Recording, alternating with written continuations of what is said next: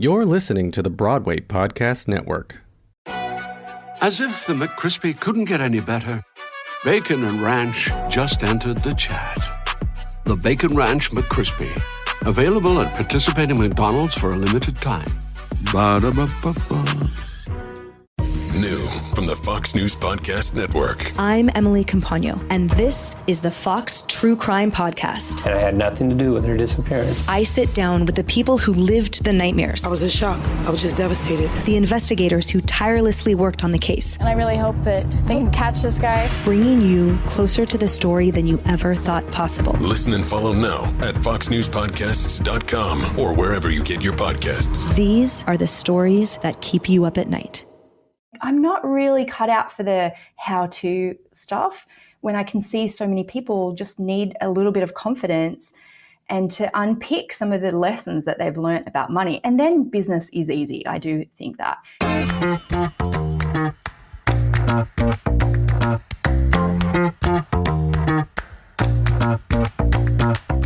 Hi, everyone. Welcome to Was It Chance, the podcast about embracing opportunity and taking intentional risk for your creative life. I'm Heather Vickery. And I'm Alan Seals. And that's my cue to keep talking, right? Yes, we embraced opportunity. It is. Yes, it is. We started off as two perfect strangers, and now we're besties who met by chance and embraced opportunity. Listen in as we chat with other successful people about the risks they've taken to put themselves on a path to creative success. How did you say that? Yes? It's from Beetlejuice on Broadway. Sucks yes. Sucks, like if something sucks, yes. You change it to yes. Sucks yes. Sucks yes. Never mind. Go on. Oh, okay. Denise is like, why am I here? I don't know. Oh, wait. You guys, I am so excited to introduce you to our guest today. Denise Duffield Thomas she's a friend and a powerhouse and just an amazing energy, but she's also the money mentor for what she calls the new wave of online entrepreneurs, which is like everyone in the world right now, I think, who want to make money and change the world. I like that part. She helps women charge premium prices, release the fear of money, and create first-class lives, baby. Her books, which all have incredible names, by the way, Lucky Bitch, Get Rich Lucky Bitch, and Chillpreneur, give a fresh and funny roadmap to living a life of abundance without burnout. Y'all want some of that. You know that you do. And I love that she describes herself as a lazy introvert and an unbusy mom of three. Nobody knew that was a thing. We are definitely going to talk about it. And the whole reason we ended up saying, let's have Denise on the show is because just like me and Alan, she is a diehard Hamilton the musical fan. And after that 25-minute introduction, because there's so many things to say about you, Denise, welcome to the show. I was trying so hard to be a good podcast guest throughout all of that because I hate when you hear people like giggling and laughing in the background. So I was like, it's going to be silent. I'm going to be a good podcast guest and not make noise.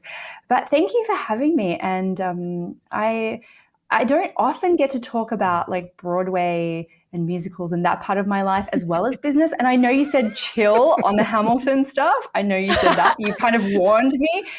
But I just thought, let's just like really go into it because I think we're going to get there. You guys might not know, but we're going to get there in an unexpected way. Oh, I'm so there for that.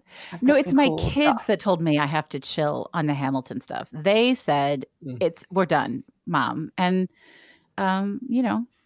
we don't have to agree with them. That's your job as a mom, to continue to annoy them by doing things they don't want you to do. So you have to not throw away that shot. You got to keep going. Okay, so first story I have to tell you. So Okay. my kids are obsessed. Kids are obsessed with Hamilton, right? All of them. And we watch it all the time, like twice a week, I reckon. And so we've got Hamilton in Australia at the moment. And Yay. I took my daughter, who is 8, to see Hamilton twice. And the second time we saw it, I had to keep on shushing her because she was trying to sing it and hum it the whole time. And I was going, babe, don't. But right at the end when Eliza has her final, like, in the moment before that and lights out, my daughter went, she dead. Out loud for everyone to hear. I was like, babe. That's amazing. Please. Oh, she did. That's it. Because that's what we say at home. Yeah. And the other thing we say is because, again, we'll come to it. I want to write a musical one day. I always say at the end of a song, when the final like dun, I always go confetti. And so at the end of every song in Hamilton, she's like looking at me going, confetti. When we're seeing the show, you know, like at the end of, you know, the world turns upside down, bang, and she's like, confetti. I'm like, yes, because fabulous. In my show we'll have confetti after every big number. Wait, so how old is she? After every big number. How old is your daughter? She's 8. She's 8. Okay, not like 18. I have an 8-year-old. She's 8. Okay. Isn't that the best age? But I didn't start dancing until I was 8, and so of course, as soon as I had a kid, I was like, "You're in dancing, babe." So she joined like tiny tutus as soon as you can hit, I think it's 18 months. And I'm not a dance mom. I promise. I really try hard not to be. But I was like, oh, you can go to dancing now. And then she's like, I don't think I want to do tap anymore. And I'm like, you have to do tap. You have to have that as a skill. But I'm just trying to chill. You got to chill, mama. My chill. Kids hated me for putting them in dance. Yeah. My 8-year-old, who's the youngest, went to dance class and just sat in the corner. She's like, you can bring me here, but you can't make me dance. Wow. Was she by herself, or were there other kids there that were also just like, we're going to play chess? Oh, no, the other kids were dancing and playing and having fun. And she was like, I done told you no. I told you what was going to happen. This is on you. But you know what? That is a personality trait that needs to be nurtured. I feel like that's a really great lead-in, though, to you and the work that you've done. Like, I told you what was going to happen. Like, you know, right? You know what's going to happen. I've been very clear. So let's dig in on some of that. I love your energy, and your chill vibe comes through, but you claim to be lazy, and for sure that is not something any of us can see on an outward appearance. How did you get here? It's also 8 a.m. in Australia, by the way. So she's up. No, she's early. always like this. Yeah. How did I get here? How far back do you want to go? So I was born in a place called Manly, and Manly was named that because of the First Nations people in Australia who were there were particularly like big and buff and manly, I think. And so it's literally Manly. And so I was born there. Josh Breckenridge there. Yeah. I'm thirsty. Yeah, and my mom was a really young single mom. She was 17, and she is really an interesting lady. She's very much a free spirit, and wants what she wants, and is very impulsive. And so we moved around a lot. And so for me, I had 2 really strong desires as a kid. One, I wanted financial independence because I was just really confused about like, okay, so if this situation is so bad, why don't we just leave?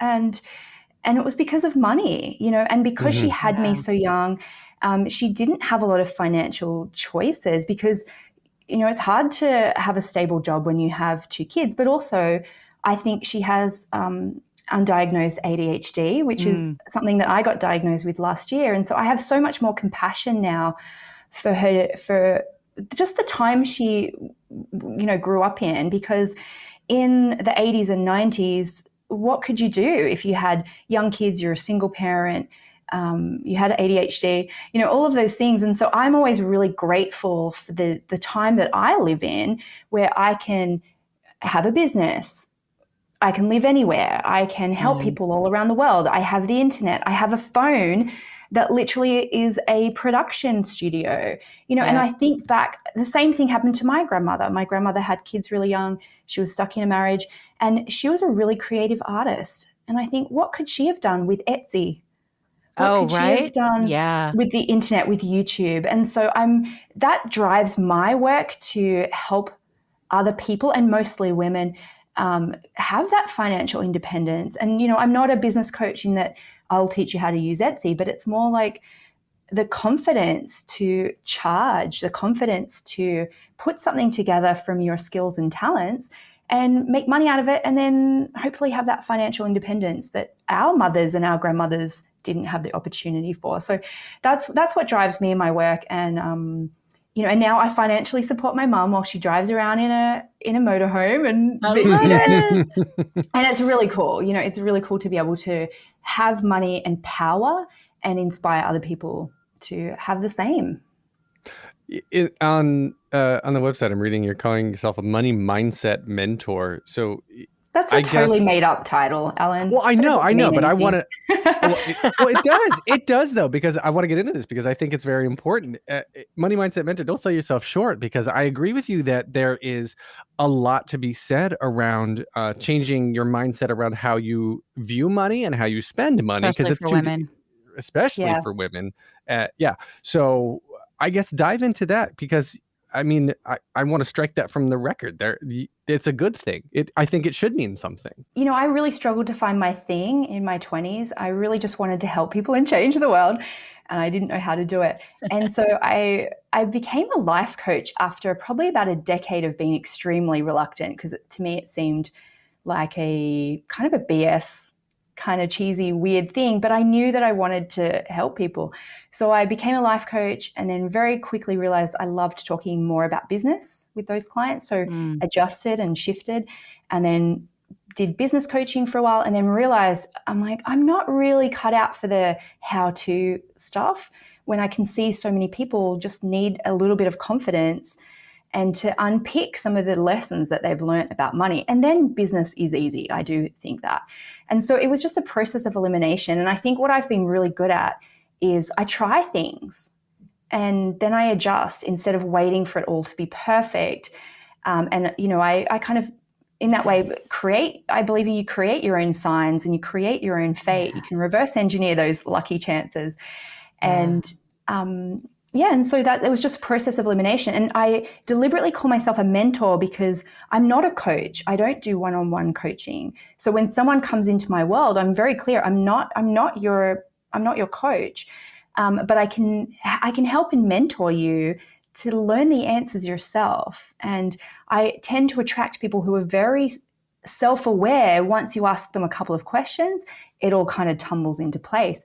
And what I love about that work is that I could, Alan, I could sit down and ask you just a couple of questions and just get so much information. And one of those questions could be, tell me about your school shoes that you wore at school. That would give me so much information about you. Tell me about your school shoes at school. It was either soccer cleats or whatever fit. Well, whatever fit is interesting, right? So did you get hand-me-downs from siblings? No, I'm the oldest child. You're the oldest one. Okay, cool. So when I ask that question, sometimes it's really interesting. You can find out if someone went to like a private school or a public school, if they were allowed to have more than one pair of shoes in a school year, or it was like whatever fit, or what your values are as a family. If it's like soccer cleats, well, it's like, well, maybe you had hobbies that you just were allowed to do and it didn't matter.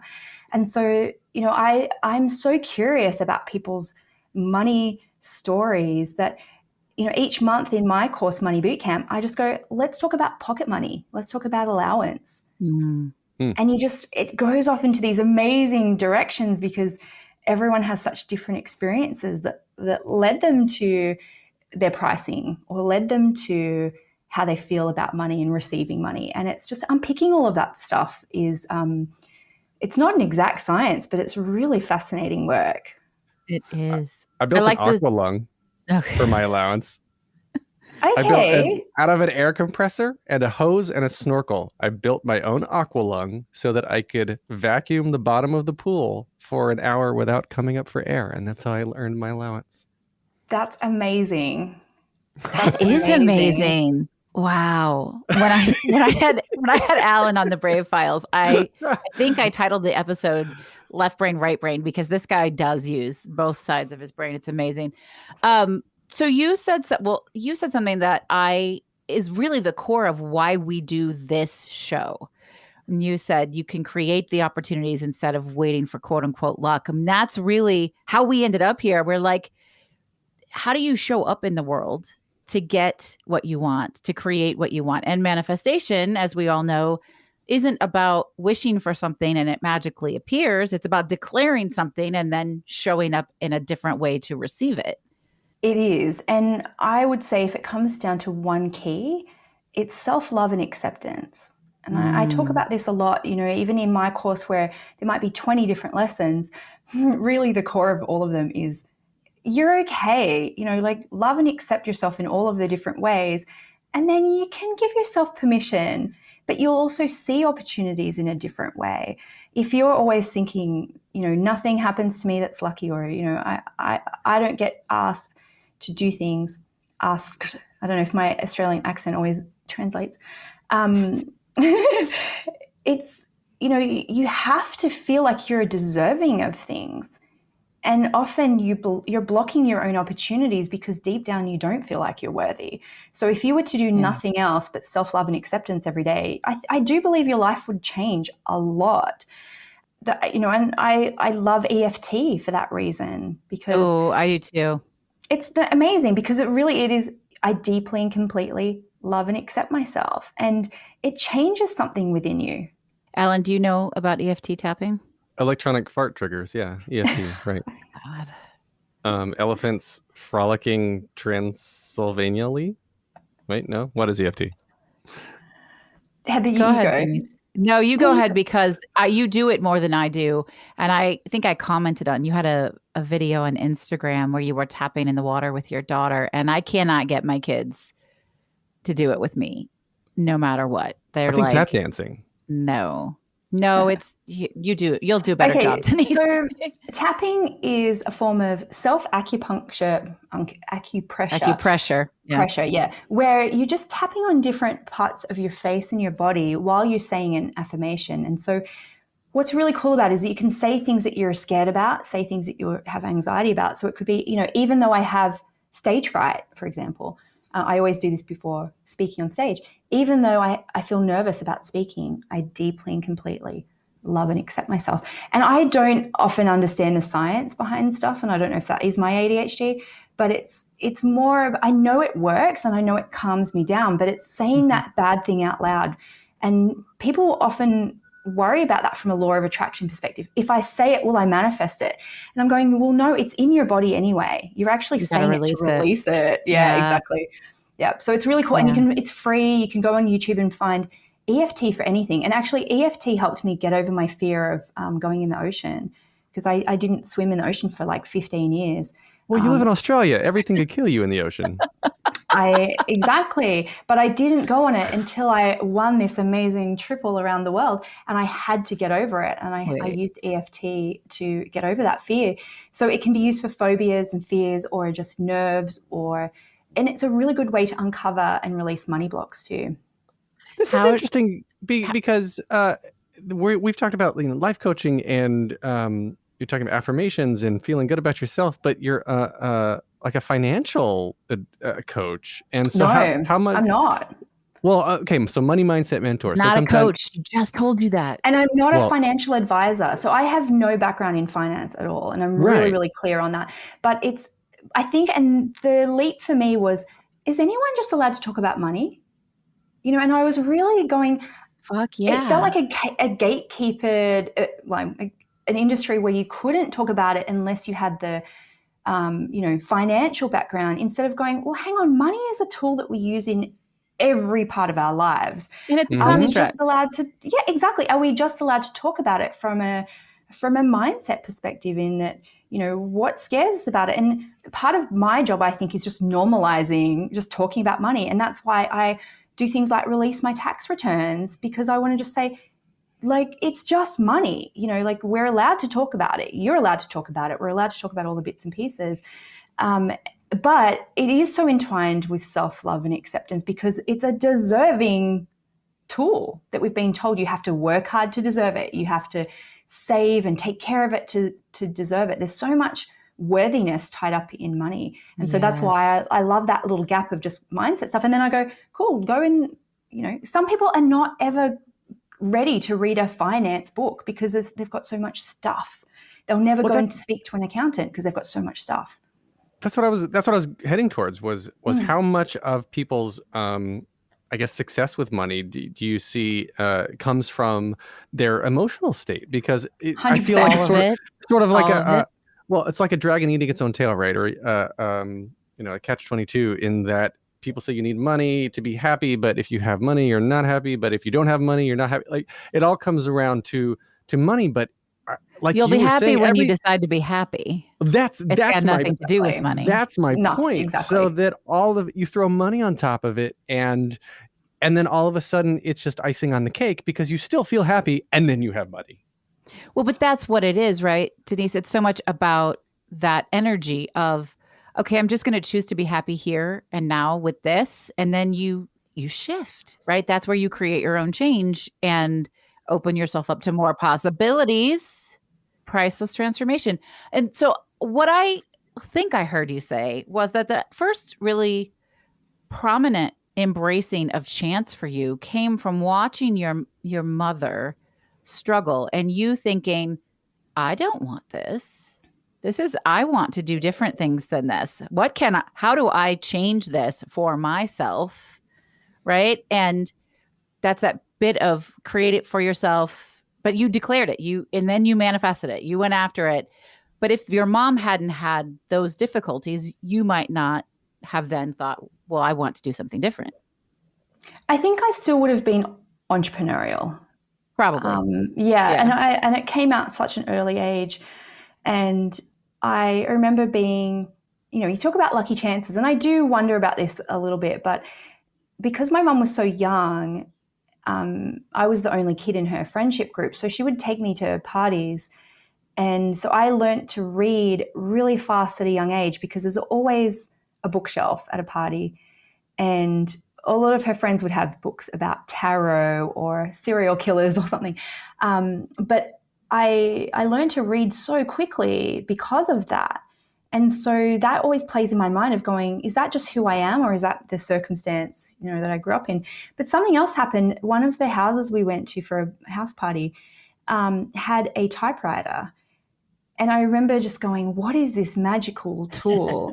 This is really cool. What is this magical tool? And so my mom bought me one for my 9th birthday. Wow. And, is that one of those moments where you just go, wow, that implanted something in me where I was like, wow, words have value. And my first business was forging Kylie Minogue fan letters on my typewriter, because in the 80s, if it was typewritten, it was legit. It was How legit. did you sell them? I sold them at school to friends because Who totally believed you had the Kylie Minogue connection. Well, where else would I think I said she was my cousin or something. I don't know. I can't remember that detail. And I think I only sold a couple before the school lovingly shut it down.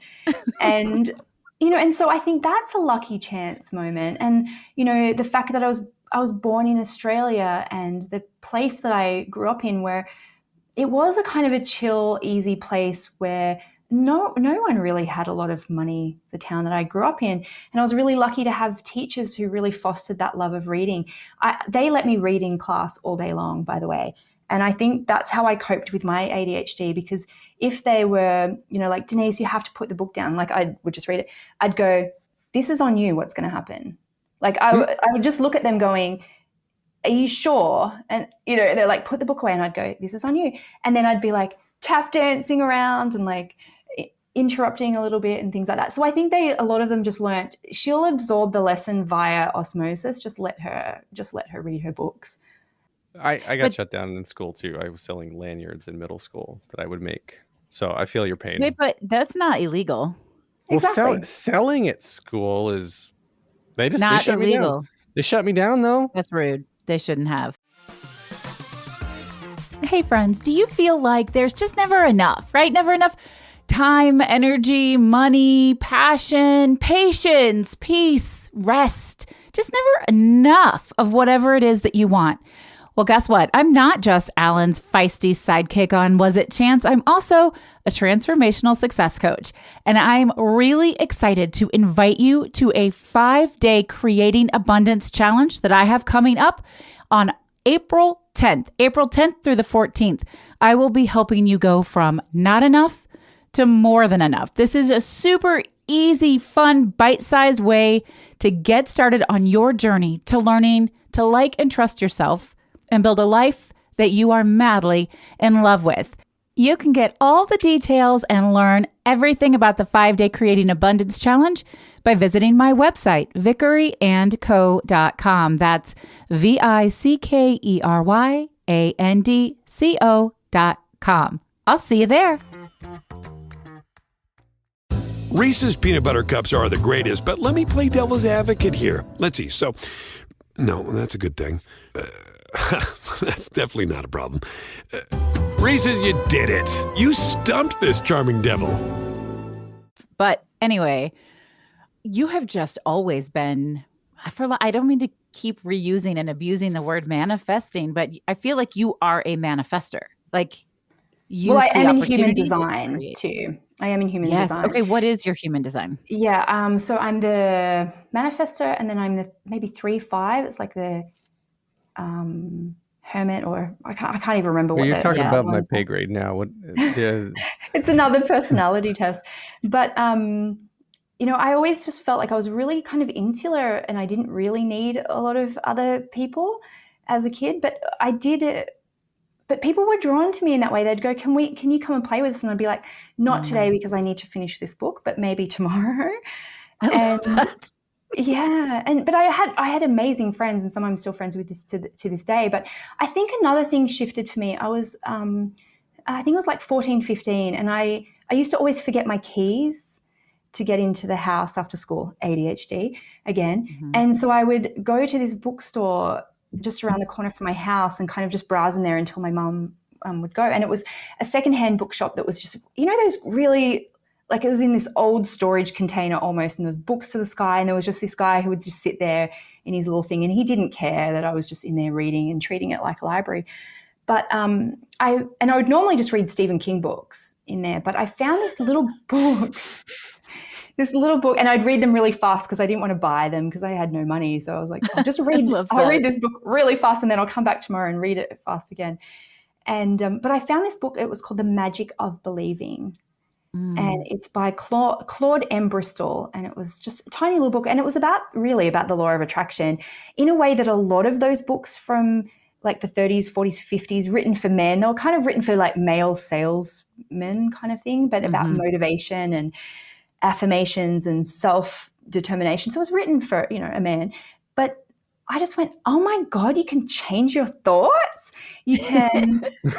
It was just this incredible eye-opener for me of this world of personal development and personal growth. And I think from then, that's when I started journaling and writing out goals. And then I became the friend who, I would watch Oprah after school and say, and try and teach it to my friends, the next day, and, write this. And because I didn't come from the best, family necessarily, some of my friends' parents kind of were a bit wary of me, and I was like the most like straighty 180 kind of kid. And I was like, don't let your parents, tell you can't do this.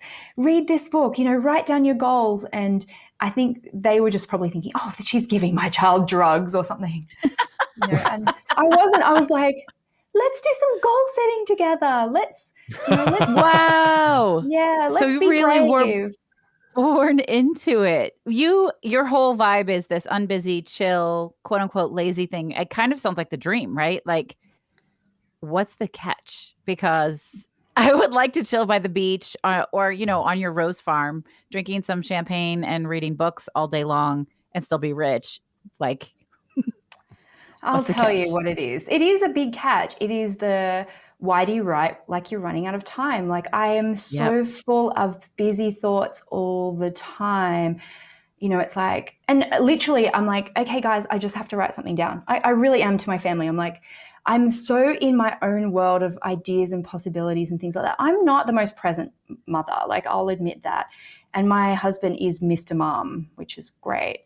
But, but for me, I'm just like, there's so many things I want to do. And, just you wait, because I really have a million things that I've got on my plate. And so even though I am an unbusy mom, because I'm not, like running around all the time, but my head is so busy, and that can be hard, right? As a creative person, it can impact your sleep. It can impact your presence in your relationships, and it can impact your work, because sometimes it's hard to know what to work on at any one time. So, this last year I've juggled 3 books, a couple of other ones in the mix, completely redid programs, and it's a lot, but I really love it. And, but there's costs to that sometimes. So then what is because I was actually just thinking that you are a little bit of a blend of Hamilton and Burr. I think you lean more towards Hamilton, and I believe you think that, but there's got to be a whole lot of surrender. And I know with money mindset, there's a whole lot of surrender, not focusing on the how, like just get in and do the thing. So what's your relationship with untethering and surrendering? I think I can manipulate time and space and get it all done. That's my problem. Me too. I feel that.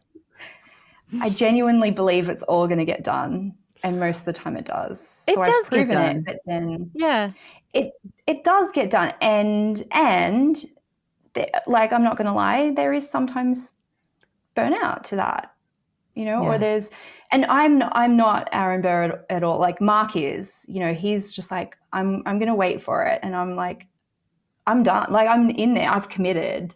I'm right in there, and it works out most of the time. And I think there's some part of me too. There's always like, what's next, and that can cause a self-fulfilling work thing, because absolutely, you can't rest.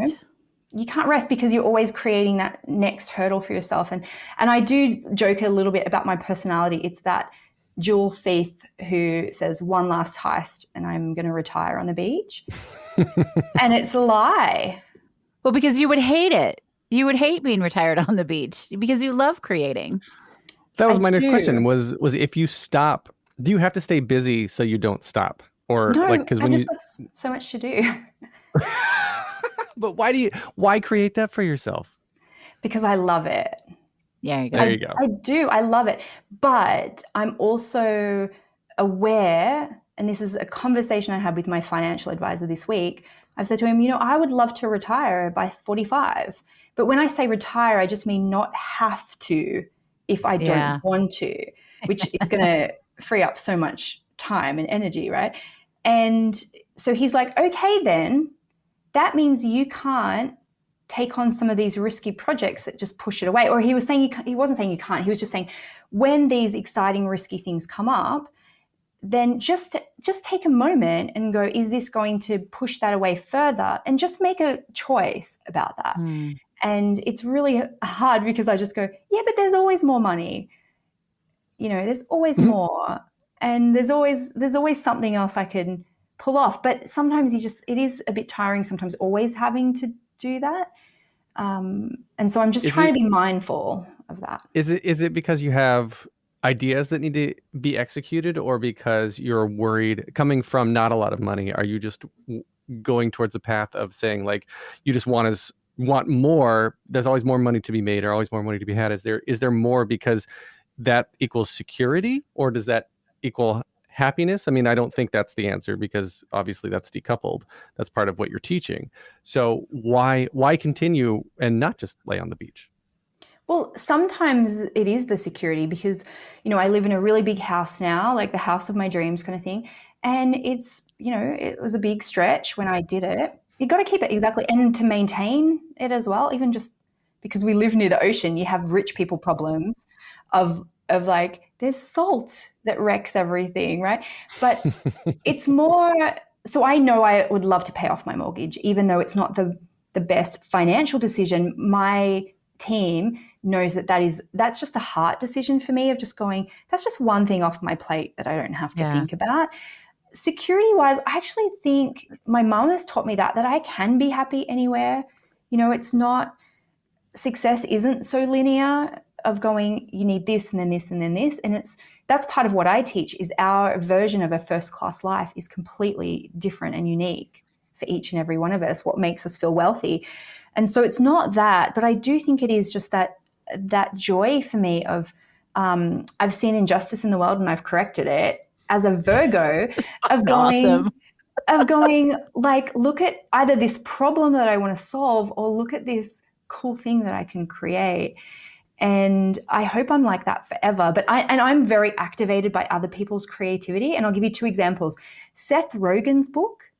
Mm-hmm. I loved Yearbook. I loved it.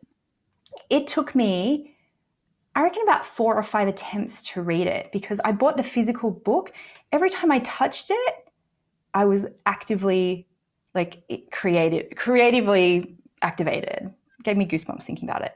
And so I would read the first like paragraph. And I think it's because he is such a prolific creator. Yeah. Is that there was something energizing in that for me where I was like, oh, I have to go and do that thing. And it was I made a lot of notes, but I did the audiobook, which he was brilliant in. Oh, I'd have to read that, listen to that, yeah. But he's such a prolific creator, but also he's of my generation. So I was like, oh, yeah. And then the other one for me was the, I think, is it called the Hamilton or whatever, where it's the book with all the photos and all the lyrics of Hamilton? Oh, the making of Hamilton, the American musical, which has all the liner notes and Yep. And it's really big and beautiful. For me, that had the same impact where I would, just touch it and just go, oh, okay, thank you. And so for me, I've stopped reading business books a couple of years ago, and I just read autobiographies of creative people. And that for me is so incredibly energizing. I just go, I love that. Yes. To me, that's all about intentional creation. I listen to memoirs almost exclusively, but it's the same thing. I have an ongoing list of notes on my phone, or you can always tell what I'm reading by what I'm tweeting, because I'm like, so-and-so says this, Seth Rogen said this in Yearbook, and oh my God, that's amazing.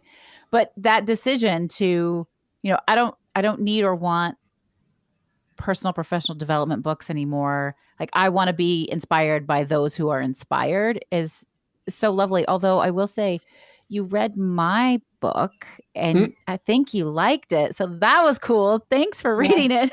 Oh my gosh, of course. And what's so cool about that too is I think being surrounded by so many authors is energizing too, because you can go, well, I know her and she can write a book. Like maybe I can write a book. And I think that's the cool time that we live in, is that there's so many more examples to energize and activate your own dreams.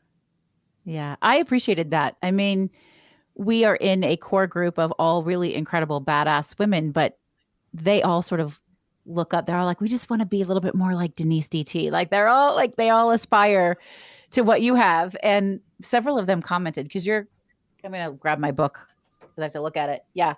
Your quote is on my book cover. And I got comments from people like, oh my God, you got Denise to comment, to recommend your book. I'm like, yeah, but you offered so readily. It was lovely. But that's part of creation, isn't it? It is. And I actually saw your book again a couple of days ago, because I was decluttering and moving, finding a place for all my books. And I was like, oh, I could have a whole shelf of just people I know and their books. And so, yeah, yours was in there. And I was like, oh, that's so cool.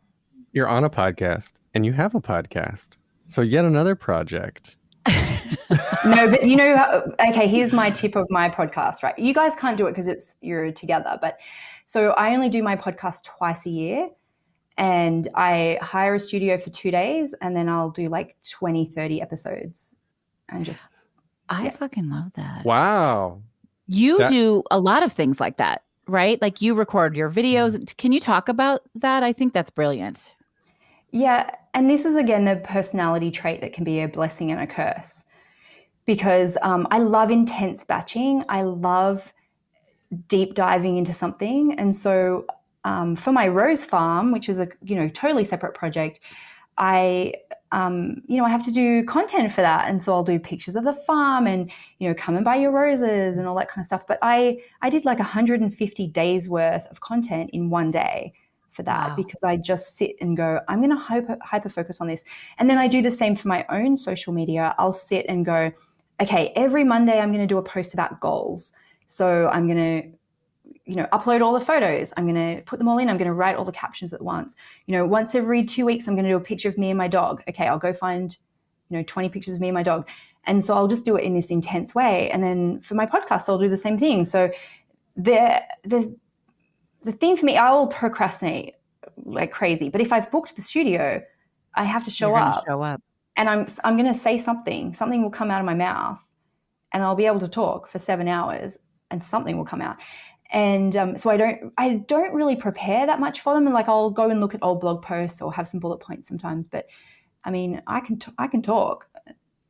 That's fine. I know that I can do. And then I do the same with video production. So I've got a course coming up in about a week and a half. I've got 3 days with a videographer, and I'll probably do 60 videos, 100 videos in that time. But I'll do those I have to script those because to get through that many, I need a teleprompter to do it. But the problem though, so that's the good thing, right? I'm like, oh, I can just do these intense things.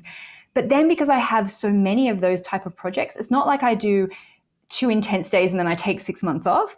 I've got like intense things like that, like every couple of weeks. And so that's where you have to exhausting. Watch. But it's satisfying. It's like doing the puzzle. I'm like, oh, yes. What do you do to unplug and rewind?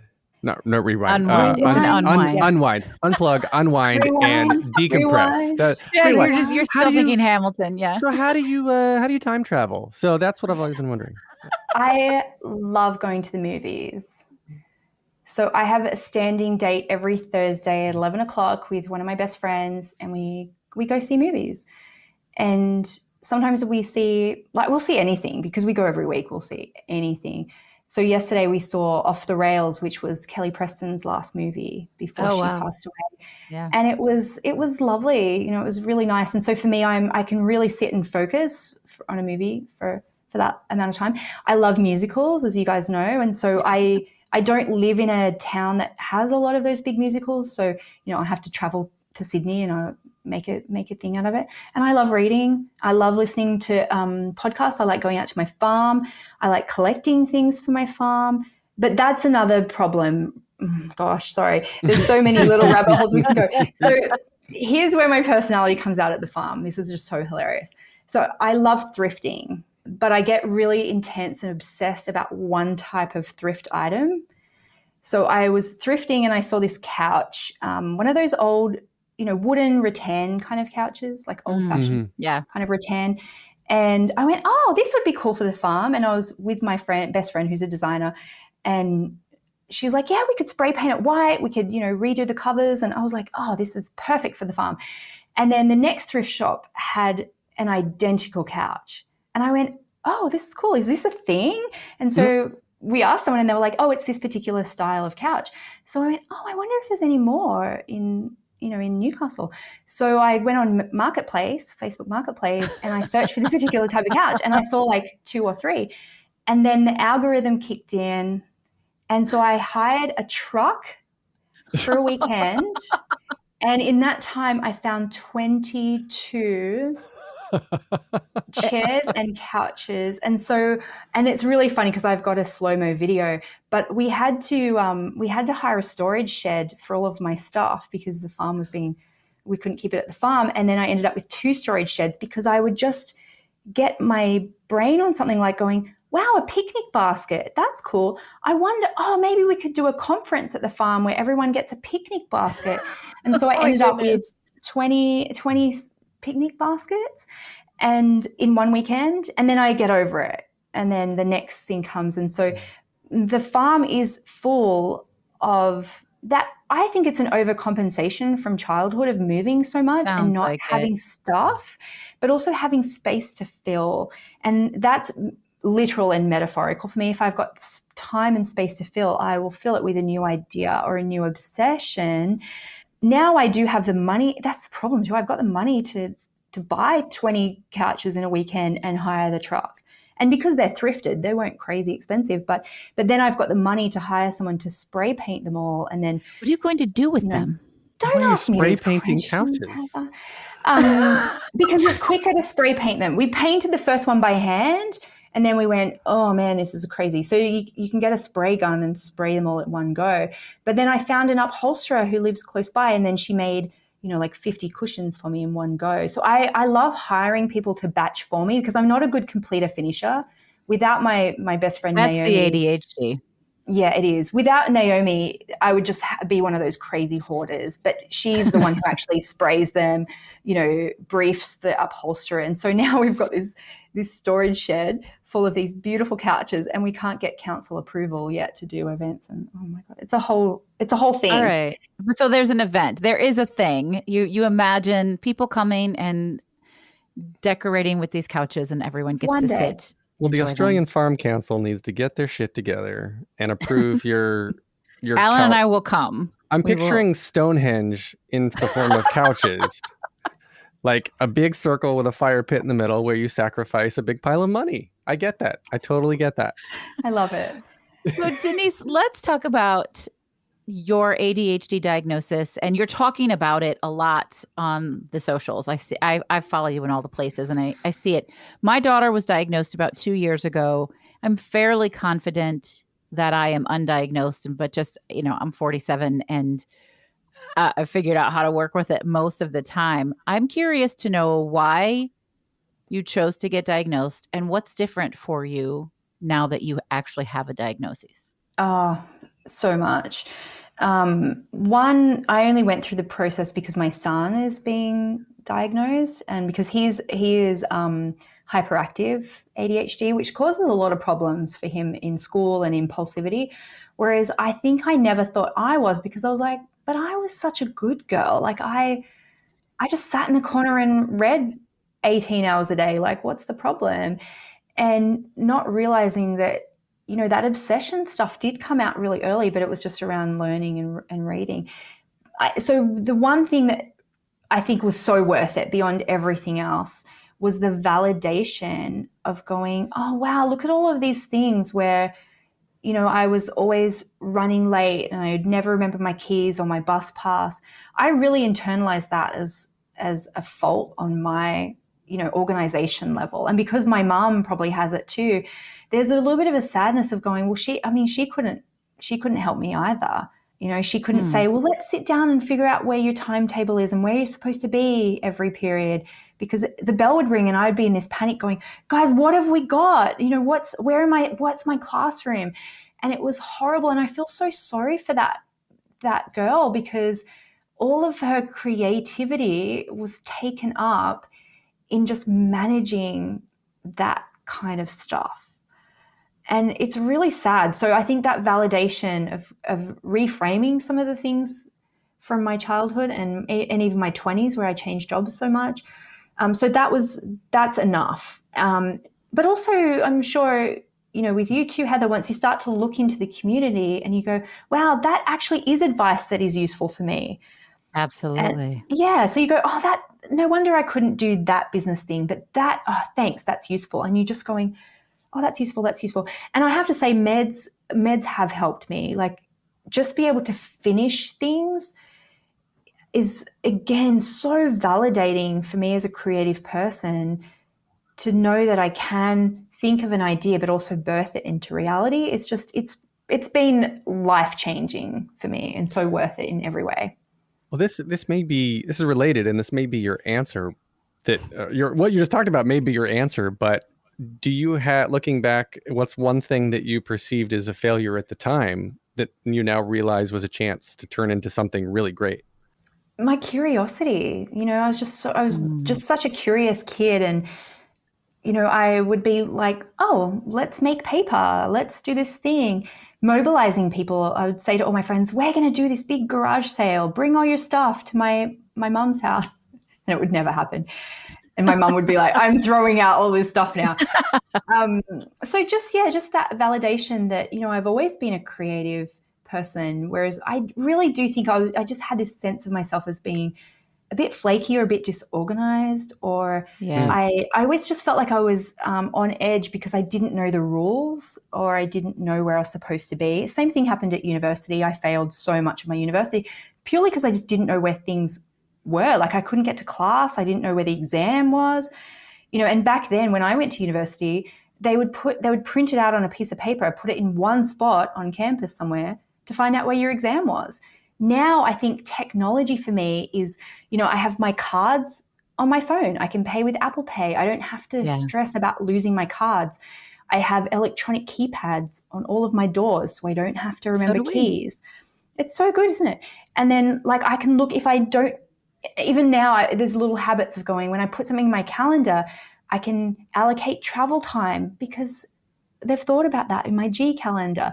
And so there's so much. I would actually be really disorganized still, I think, without all of those layers of technology that helped me so much. And so it was just the time that I was in and the family I was in, I just didn't have those support structures. And I can see that in my own kids, that we'll be like, okay, well, let's attach your bus pass to your backpack. Let's laminate your schedule so you know where it is. But my mom had no like interest or capability or capacity. She was like, in her 20s with ADHD and 2 kids and was broke. She didn't really have the bandwidth to do that. And I really internalized that for a long time of like, I was kind of this neglected kid. And now I just go, you know what, without all of my mechanisms, I would do the same to my kids, even though I've got money. So you open Google Chrome on your phone, you're hunting for a super rare first edition vinyl of a band you're obsessed with when you're supposed to be working. But this site you tapped on seems pretty shady. And Daryl from IT just jumped up from his desk. Oh no, he's coming your way. It's a good thing built-in malware protection keeps you safe and sound. Not from Daryl, though. Sorry. There's no place like Chrome. Download Google Chrome on your phone. Priceline presents Go to Your Happy Price. What's up? It's Kaylee Cuoco. When it comes to travel, we all have a happy place. You can see yourself already there. It's beautiful. It might be sunny and sandy for some, neon and urban for others, deserts or rainforests or hiking trails. With Priceline, you can get to your happy place for a happy price with deals you really can't find anywhere else.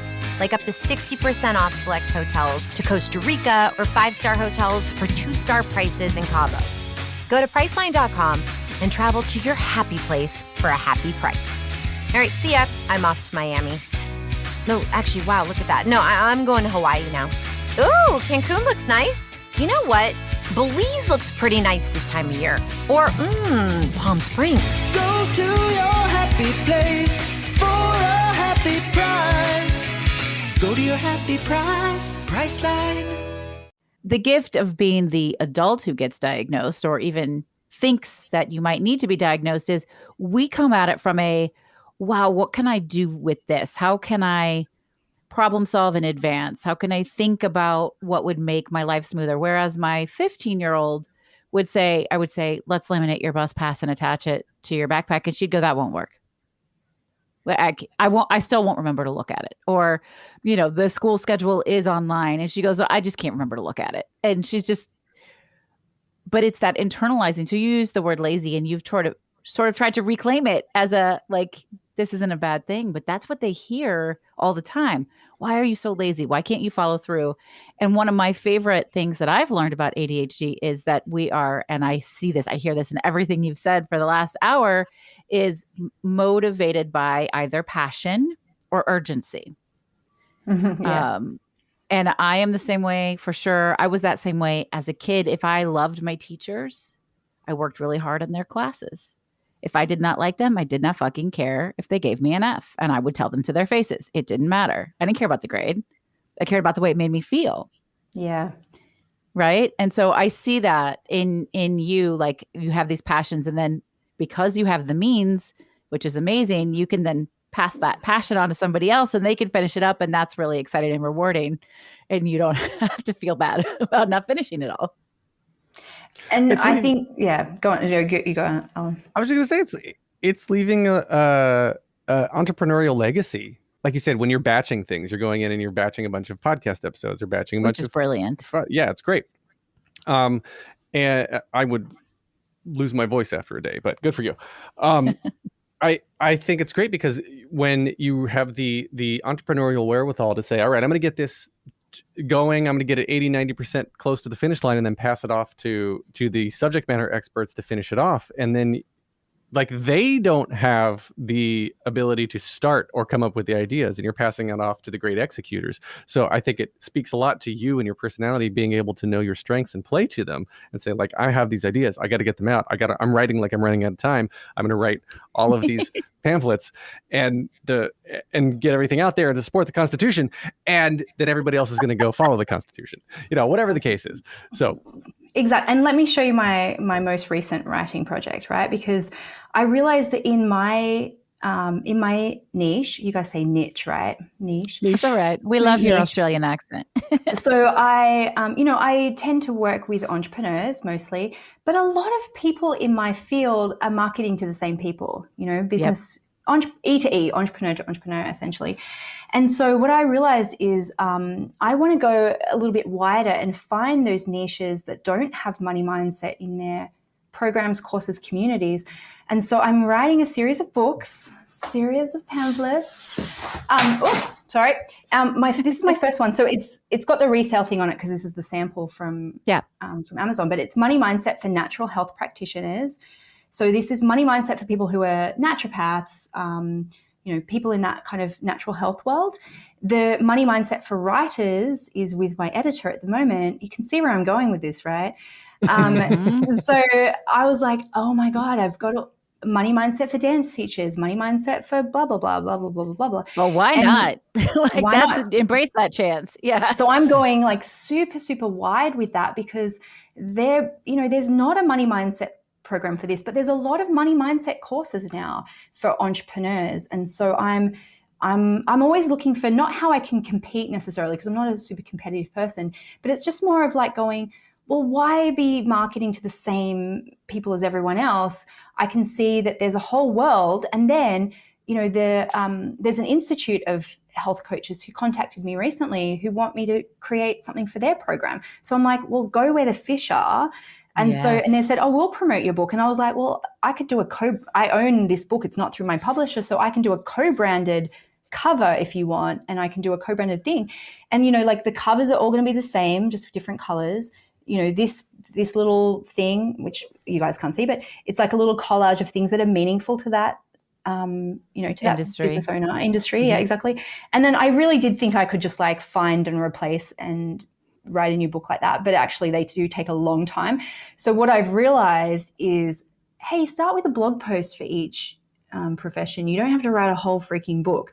And I feel like I have to pat myself on the back for that and go, look at you, like actually making life a little bit easier. Well done, Denise, for, dialing it down a little bit. And then I'll look for whatever blog posts, go off for it, and then write the book. Because I realized it was just exhausting having a lot of different books all at once, because they're all in different stages. I'm briefing one with a co-writer, I'm writing one, I'm editing one, I'm choosing the cover for it. I was like, oh man, this is tiring. You should have like a call tree where you're just like, hi, this is Denise Duffield Thomas. If you're an entrepreneur in the podcaster field, press 1.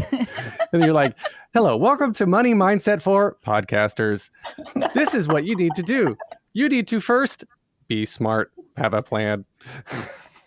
When you said find and replace, I was like, write your outline and then just command F. Find all, replace, change your profession. I thought I could do that, but then I kept on coming up with new stories and, all those things. But what was really fun is a friend of mine, her husband runs a mastermind for people in the construction field. So, like guys who own construction companies and building companies. And he got COVID for his, big event. And I said, hey, do you want me to run a money mindset for the construction industry thing? And he was like, would you? And I went, I'm sure I can.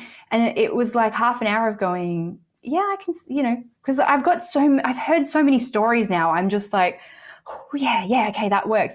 Because it's like 80% the same for every industry. Absolutely. And then people just want to hear that 20% nuance that works for them, and they want to hear stories that works for them. So you can see how that's a big dilemma though for someone with my brain, because there are so many professions in the world, right? And you go, man, you've just created this monster. And I'm trying to figure out like, okay, well, I can work with co-writers, but it's still that each one of my things is like a whole business for someone else. And so that's where it starts to just be a bit, oh, hang on. But I love this idea of you. picking a niche and going really deep and wide within that niche. The co-branding is brilliant. Like there's a lot of really valuable stuff for creative entrepreneurs that are listening, because you guys can do that. Because what happens otherwise is you cast your net really wide and you're constantly hoping you can catch a little fish instead of going in on what you know, and you're the expert on it, and you're helping one another. That clearly is a theme for you. It's not from a selfish approach. Like you want to be socially conscious and supporting other people. And I think it's amazing. It's beautiful. Well, thank you for the podcaster idea, Alan. That's going on my list. I didn't even think of that. That's what she needed. Another idea. Thank you. But you can really go granular on that, because, money mindset for boudoir photographers might be different money mindset for, newborn photographers. And so that's where I think I could get a little bit find replacey if we're trying to look at what's the leapfrog, what's similar to natural health practitioners. So the next one is people who are like body workers, in the massage reflexology field. And then, we'll do the writers one will be a really good jumping off point for the artists and the performers. And I'd love to write one for performers too, because I love that industry so much. And so I'm trying to think of ways to make that easier. But for me too, I still have to, I have my money boot camp with customers in there every day that I'm answering questions for. And so for me, I don't know if I'll be able to fulfill that for forever and ever, that kind of model. And I think the books for me are a way of going, I'm capturing that knowledge.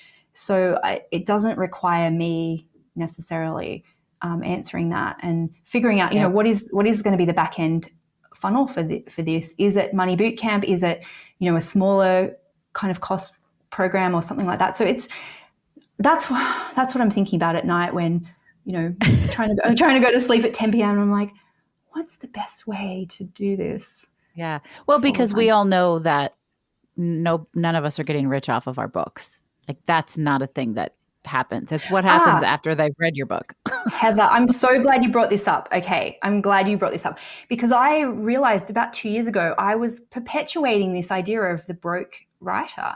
And so that's why I wrote the money mindset for writers, because I think we can shift that too, of going, my books also have value as well as my back end program. And as soon as I did that, like my royalties last year were $90,000. I was like, holy shit. That was a big bump up for me, because I kept on saying to people, I don't care about my books making money. And I went, hang on, like let's explore that a little bit more. Is it okay for us to also make money out of our words? Because it's perpetuating that thing. Our words don't have value.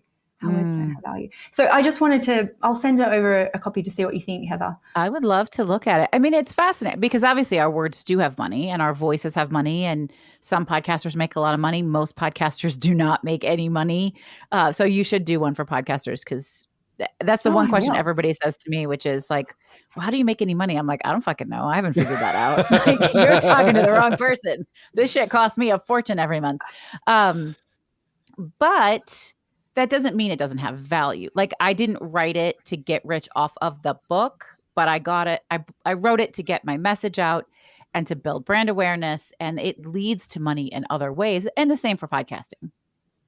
Absolutely. It's a golden ticket if you're intentional about it. And some people aren't. And that's the tricky thing too. But, one of the case studies in that book is a romance writer who makes $10 million a year. And I had never heard of her before she joined my money boot camp.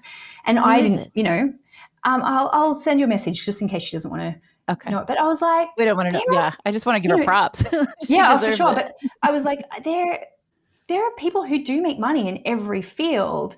And so I do think there's always value in looking at our stories around that. And, and for me, from a curious mind, that is so much fun to dive in and find out who are the people who are making it a success on their terms too. Do you find that a lot of your clients are of a certain age group? Because the reason I'm asking is because I feel like younger, thinking back to me and my friends group, right? If you tried to give me the same advice now as when I was 20, I'd be like, yeah, go fuck yourself. I'm gonna be totally fine. Money's fine. right? So how do you get somebody? And when you mentioned performers, this is what sparked this question for me, because you have these performers sometimes that are making big money for on their Broadway debuts or West End debuts or Sydney debuts, whatever the case is. And then they just go blow it all, and then they are without a job again. So how do you balance enjoying the moment and saving and looking forward with just not throwing it away because you're stupid and youthful? Well, they were all my friends. You know, all of my friends were on cruise ship contracts, and they would come home and they had the latest Gucci sunglasses and Prada perfume. But I think it's hard because they always just thought, well, I'll just do another contract, right? There's always more money until you age out or you have an injury or whatever. And so I do, you know, like when I look at my stats, it is really that 29 to, 55 is always in there. And then there were always the outliers too. And I'm really, I'm aware of that now, to think, oh, hang on, how can I reach those younger people? You know, how can I be down with the kids, and what are they talking about? Because they are growing up. Yeah, I'm like, hey, are we still saying yeet? Like, I don't know. But that's not necessarily my job. And I can see that there are people who come into my program and then they're spreading it in their communities. You know, like there's one of my, one of my students, she's doing money mindset for women from India, like South Asian women. And, and so I feel like it's not my place to go into that when it can be someone else's business, but also they're growing up in a very different way than we did. You know, they see kids making money, opening toys on YouTube, or, being on a singing show or whatever, or they watch the Kardashians. So their problem's not, can I make money doing something I love? They'll have a different problem that, isn't, I don't have the key to that necessarily. So I just think, I know my job is just normalizing this conversation of money and women and money mostly, and then it's like, how many people can I activate to go and spread that message? And it can be spread without even them saying a word. Once you're someone who has strong, good boundaries around your invoicing or whatever, that activates to other communities. Absolutely. Or, even just, and that's how we work. We share what we know with other people of going, you know what, you're too cheap. And I hear that from my students. They go, I went to my wax lady, or I went to my thing, and I encouraged her to increase her prices because I'm hearing it from you. And so I'm like, oh, well, this is cool. I'm just happy to be part of this conversation. I don't have to be the guru because I'm not. I'm one person who's talking about money. And so I don't feel a responsibility to help and save everybody. I just want to work on my own cool projects. And, and for me, I'm not doing these projects because I go, oh my God, everyone needs me so much. I'm like, this is a cool idea. Yeah. And I'm glad it helps other people because that's icing on the cake, but I would still do it if no one read them. Like, I don't read my reviews. I never read my reviews. Don't do it. Yeah. I understand, like YouTube and reviews and the anonymity of the internet is just a horrible, horrible place. But do you know what's fun? Reading the 1-star reviews of people you hate. That's fun. Wow. That's fun. And I do it very occasionally, but I never read my own reviews because I just think it's totally irrelevant. Like I'm super happy that I can create something. I'm happy that I live in a time that I can take it out to a lot of people, but it's not my motivation. And I do feel like part of me does everything for very selfish reasons, but luckily I'm not evil, because I could be a really good evil person, I think, with my personality. Denise, this has been so great. I loved every bit of it, and I appreciate you not throwing away this shot. Oh my God, do we have to end? I want to tell you guys about my musical. Okay, tell us about your musical real quick. Please. We want to hear it. We want to hear it. Oh my God, I really want. So, you know this story, Heather. Like 10 years ago, my husband and I won a travel competition that I totally manifested. I was on honeymoon. I went out under the stars and I made a really strong wish and intention. And I said, universe, more of this, please. More, freedom, adventure, abundance. And I was really broke, really unhappy in lots of ways, except having this great relationship. So I came home and I put a little Post-it note on my wall saying, I want to travel the world. And my friend sent me a text message and said, I found your perfect job. And it was a travel competition for a couple to work for a honeymoon company, 6 months, all expenses paid around the world. Mark came home from work and I said, I found our ticket. We're going to win this competition. We have to do a video by midnight tonight. And it was, he was just like, whoa, what's happening? And so like 50,000 or 30,000 people applied for it, and it went through this whole process of like elimination and whatever. And we had to go for this weekend with 9 other couples for them to find, the perfect couple to do it. And of course we won, but that's not the story. In the final interview, they said, why should we pick you? And I said, well, if you pick us, we will get married everywhere around the world and try and break the Guinness World Record for most married couple. And of course they were like, yeah, that sounds like a great idea. And I'm really good at selling stuff. And so they believed me, and they're like, yeah, you guys are going to be amazing. And then we're on a 6-month trip. And it was like a 6-month trip. That's insane. A 6-month trip, right? And we went to 12 different countries, and we had to get married. We got married 87 times in 6 months. Wow. And for me, it was like a mental breakdown of confronting all my fears about commitment. I never wanted to get married. I learned from my family, don't ever trust a man, don't get married. And then I was on this trip where I had to make videos every day. I had daily deadlines, which was really hard for my ADHD, but also I had to confront my fear of commitment like every day, essentially. And so by the end, it was just like, I fucking hate you so much. I hate everything about you. And now let's go get married. And, I had to be really creative with wedding dresses and stuff because we were in like deserts and, all these different places. And like we almost, I'm not going to say we almost broke up over it, but I was pretty close to pulling the plug a lot of the times because it was horrible. And my husband's a real workaholic Boy Scout. So he'd be like, you need to listen to this intro music. And he'd play me like 20 things. And I'd go, the first one's fine. And so after a while, I was like, I'm not going to be in your stupid videos. And we had to make a video for every hotel, like full on travel bloggers. And I'd be like, I'm not going to be in your stupid video. And he was like, can I just film the back of your head, like drinking a glass of champagne? And I was like, okay.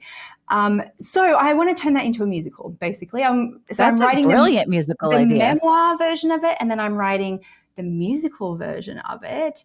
And that's why there's a lot of confetti at the end of all of my musical numbers. Because of the wedding. Because it's a wedding. But I'm dining out on that story forever. And that's going to be my $1 billion Hamilton. I can't wait. Yeah. Alan and I want to be on the red carpet with you. We love it. I want to be in it. Yes. Why not? Are you good with a quick change? Because there's going to be a lot of quick changes in this.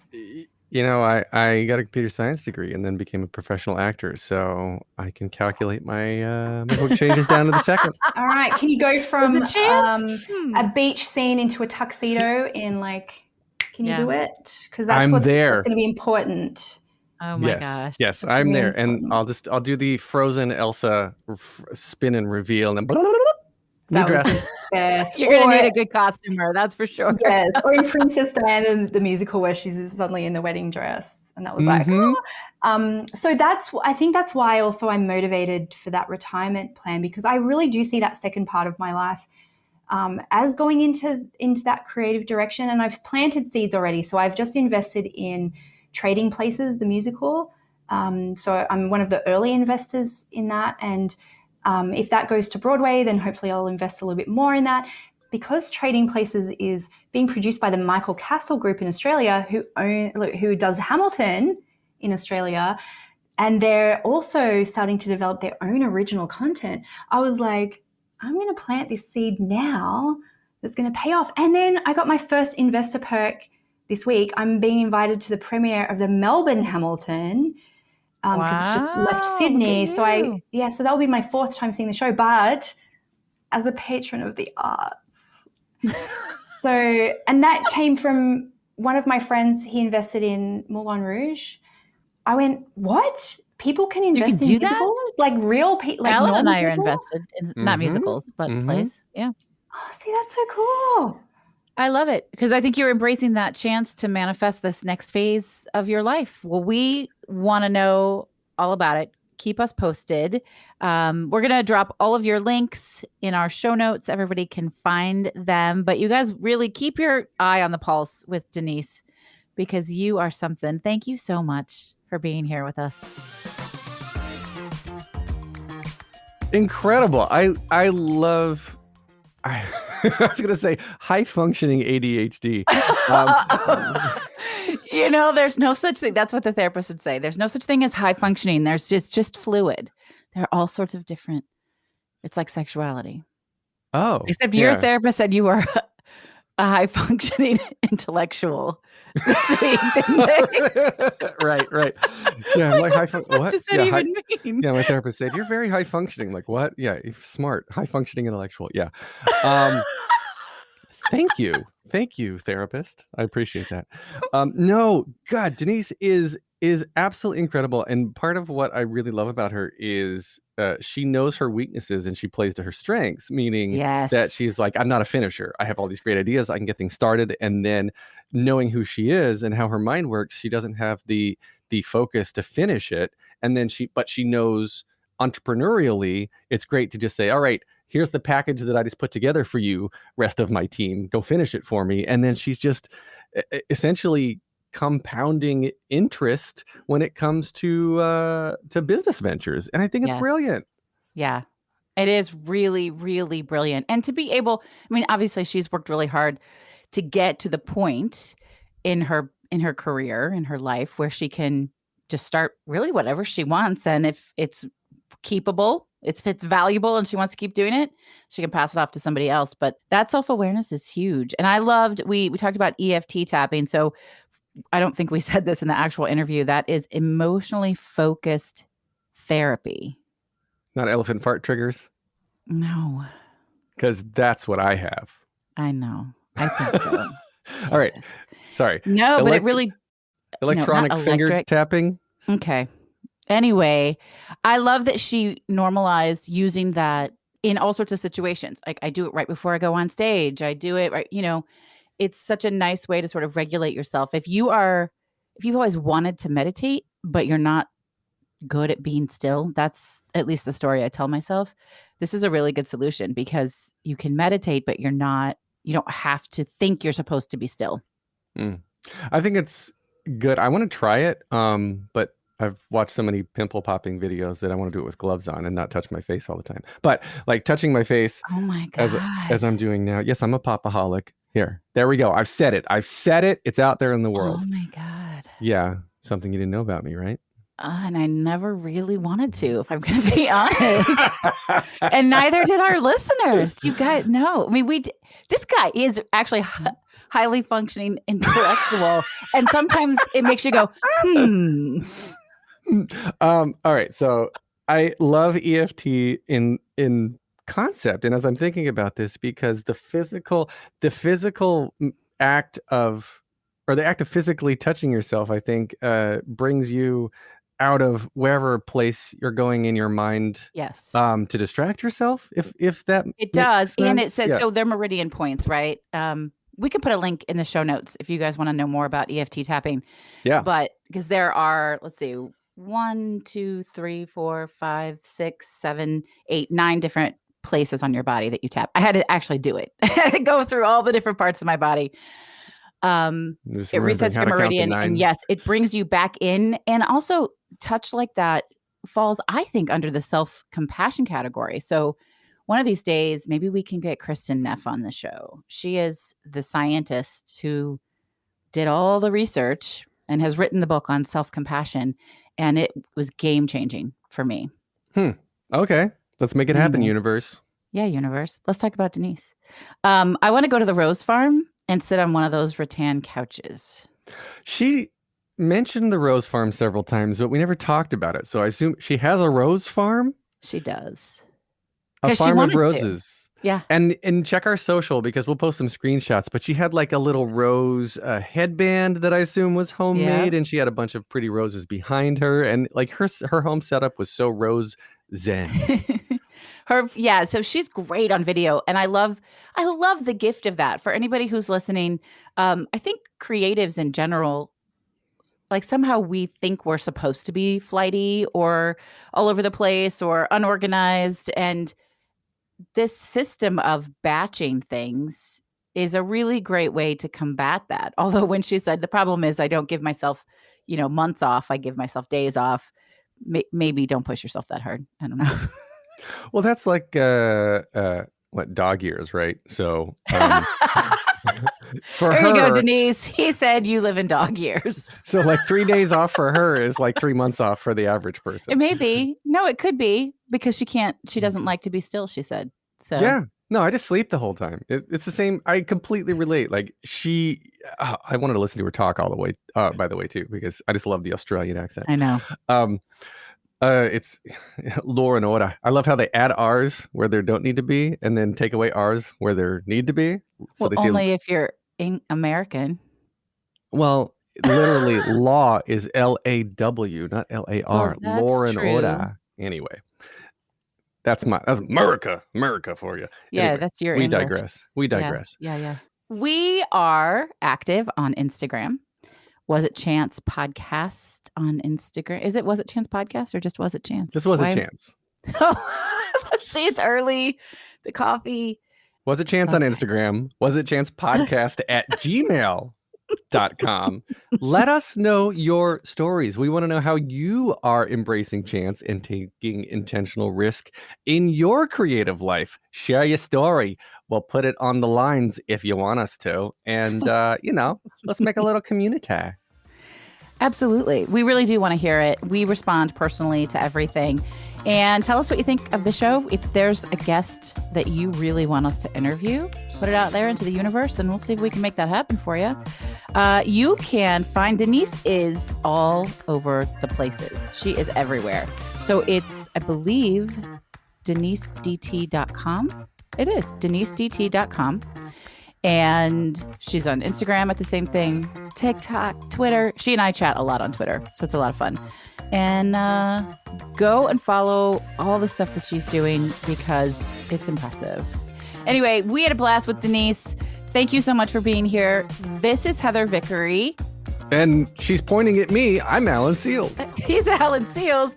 And you've been listening to Was It Chance, the podcast about embracing opportunity and taking intentional risks for your creative life. Roll that theme music.